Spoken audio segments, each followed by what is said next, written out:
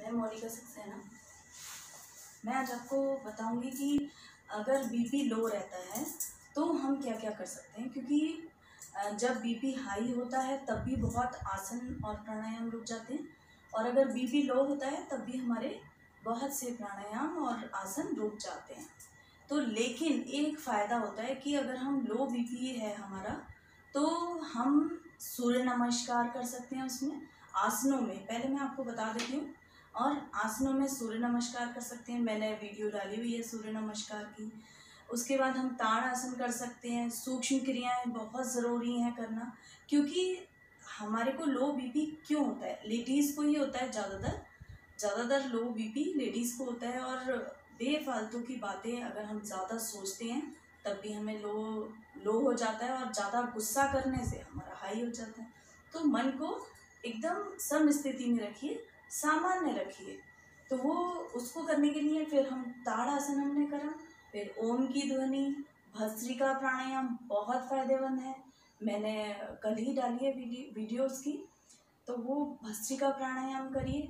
उसके बाद में ओम की ध्वनि तो हर एक के लिए बहुत फ़ायदेमंद है। मन को शांत करता है, हमारा ध्यान लगाता है, हमारा ध्यान एक जगह पे केंद्रित करता है। ओम की ध्वनि से हमें एनर्जी भी मिलती है।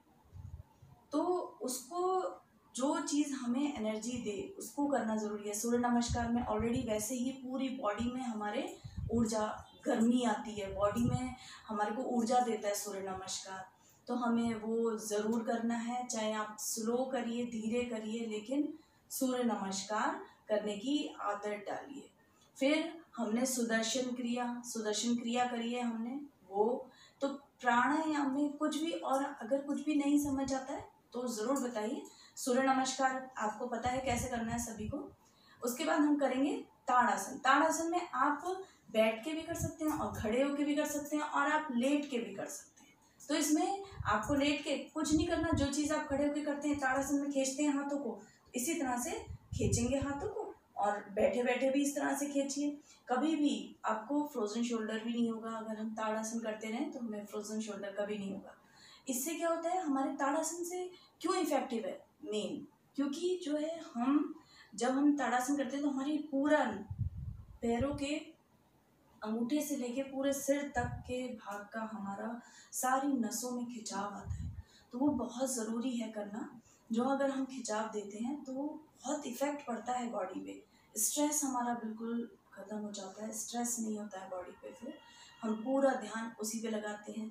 वृक्ष आसन कर सकते हैं, और वृक्ष आसन सब चीज़ों की मैंने वीडियो डाली हुई है। मंडूकासन, आप इसमें आप मंडूकासन नहीं, सॉरी, इसमें आप वज्रासन में बैठ सकते हैं। वज्रासन में बैठिए। वज्रासन में खाना खाने के बाद आप ज़्यादा से ज़्यादा देर सोचिए कि 10 मिनट तो आपको कंपलसरी है कि बैठना ही है। वज्रासन में बैठिए। इसमें कहीं प्रेशर नहीं है, आपकी पिंडलियों पे है। तो जब आपके पिंडलियों पे असर पड़ेगा तो आपका डाइजेशन अच्छा होगा। डाइजेशन अच्छा होगा तो आपको भूख लगेगी। जब हम खाना प्रॉपर नहीं खाते हैं तब भी हमें बीपी लो हो जाता है। तो हमारा मेन तो हमारा सुदर्शन क्रिया स्लो, ज़्यादा फास्ट नहीं, क्योंकि गर्मियों में हमें ज़्यादा फास्ट नहीं करनी चाहिए। सुदर्शन क्रिया। अब उसके बाद अनुलोम विलोम भी हमें करना है। तो प्राणायाम मुद्रा, दूसरे हाथ की अपान वायु मुद्रा,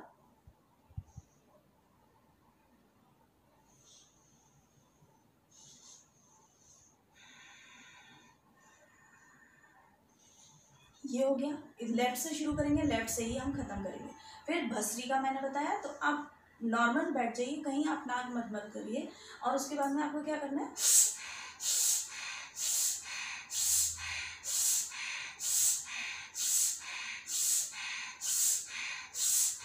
ये स्पीड रखनी है आपको।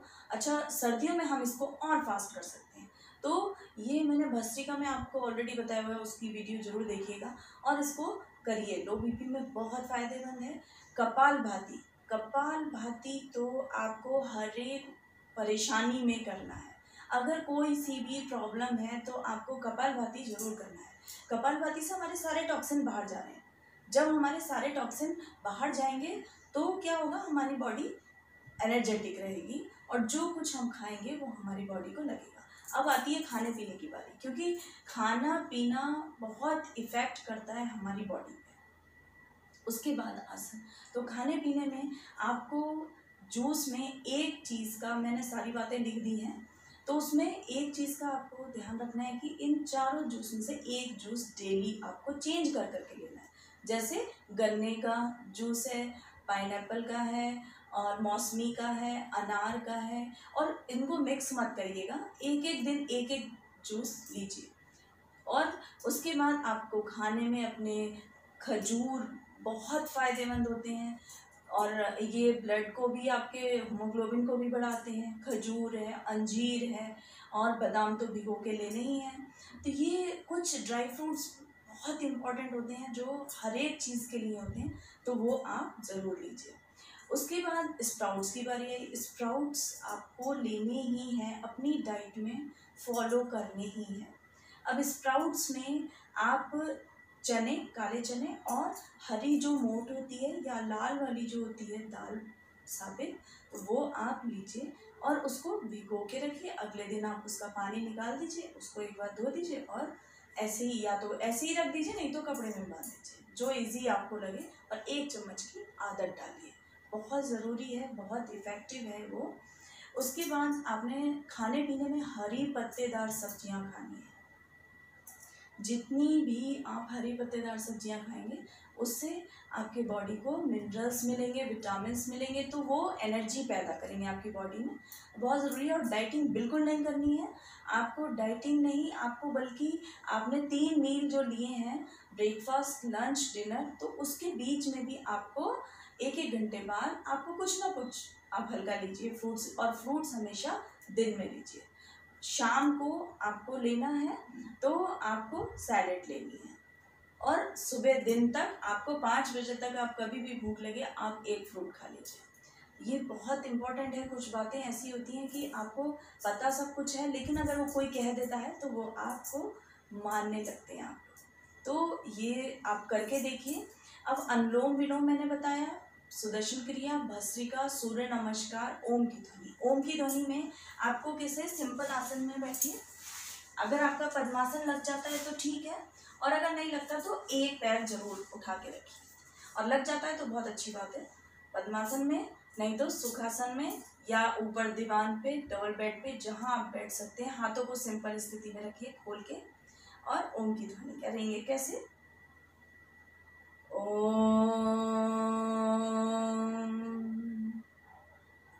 ओम,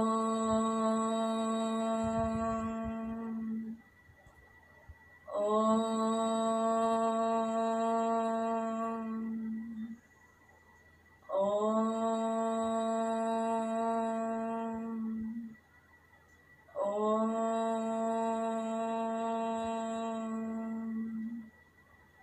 ओम,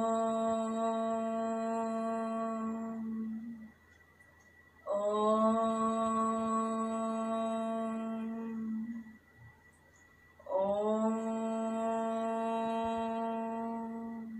शांत।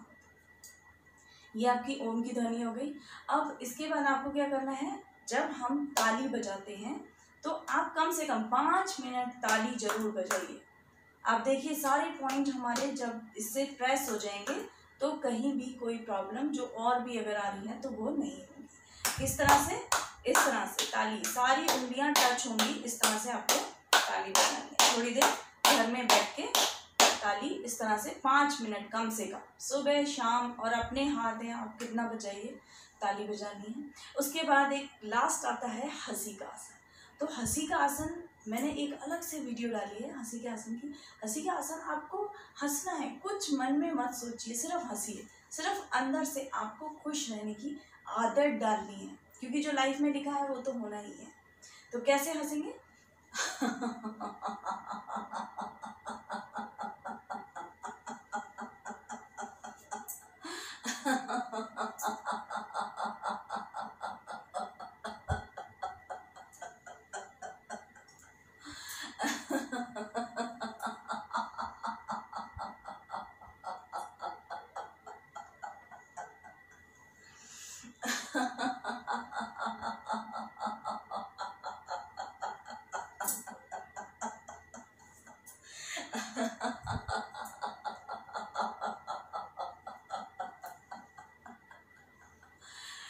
कितना हंस के देखिए उसको सिर्फ हंसने में क्या होता है, जब हम हंसते हैं तो हमारा ध्यान कहीं और नहीं जाता है, हमारा ध्यान सिर्फ हमारे ऊपर रहता है कि हम वाकई में अंदर से हंस रहे हैं कि नहीं हंस रहे हैं। अगर हम हंसेंगे तो हम कहीं और ध्यान लगा ही नहीं पाएंगे। तो ये बहुत ज़रूरी है अपने ऊपर ध्यान देना।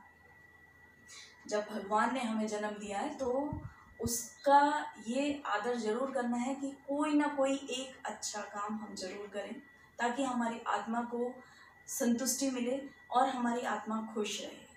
और हंसना ज़रूर है, हंसिए और स्वस्थ रहिए। कोई बात नहीं आए तो ज़रूर पूछिएगा। नमस्कार।